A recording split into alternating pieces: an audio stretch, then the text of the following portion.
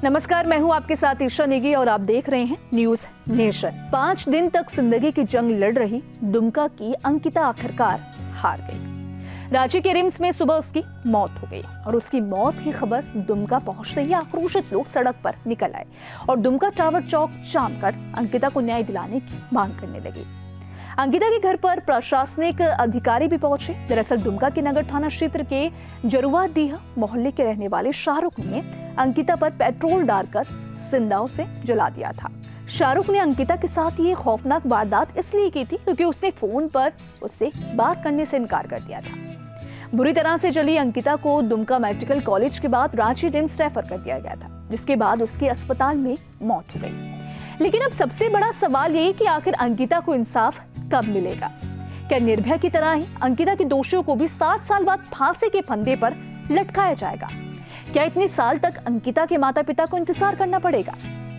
ऐसे ही तमाम सवाल आपके मन में भी आ रहे होंगे। दरअसल अंकिता को जलाने की घटना 23 अगस्त को सुबह 4 बजे घटी थी। घर में उस वक्त अंकिता के दादा दादी, उसके पिता और उसका छोटा भाई मौजूद था।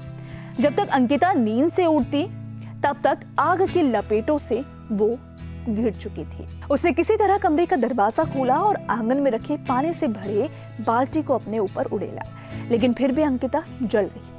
चीख पुकार सुनकर दादा दादी और पिता जग गए। कंबल लपेटकर आग बुझाया गया और बुरी तरह से जली अंकिता को दुमका मेडिकल कॉलेज में इलाज के लिए भर्ती कराया गया। मामले के संज्ञान में आते ही नगर थाना पुलिस ने आरोपी शाहरुख को गिरफ्तार कर लिया और पीड़िता का बयान दर्ज किया। अंकिता के घर वालों की अगर बात की जाए तो उनके परिवार वालों का कहना है कि शाहरुख ने कहीं से अंकिता का फोन नंबर जुगाड़ कर लिया था और बराबर उसे फोन कर दोस्ती करने और अपनी बात मनवाने का दबाव डालता था, लेकिन अंकिता उसे मना करती। शाहरुख ने धमकी दी थी कि अगर मेरा कहा नहीं मानोगे तो मैं तुम्हें जिंदा जला दूंगा और उसके बाद ही इस तरह की घटना जो है सामने आई है।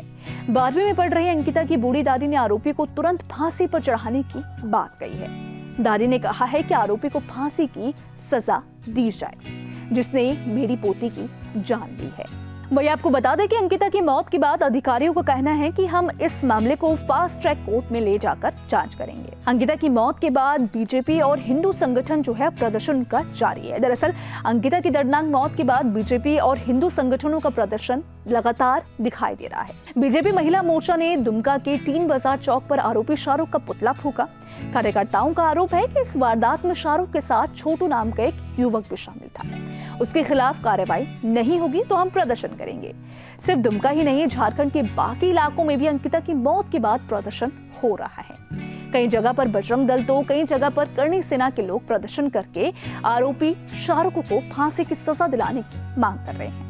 लेकिन अब सवाल ये उठता है कि जब भी ऐसी घटनाएं सामने आती है तो लोग सड़कों पर उतरकर इंसाफ की मांग करने लगते हैं।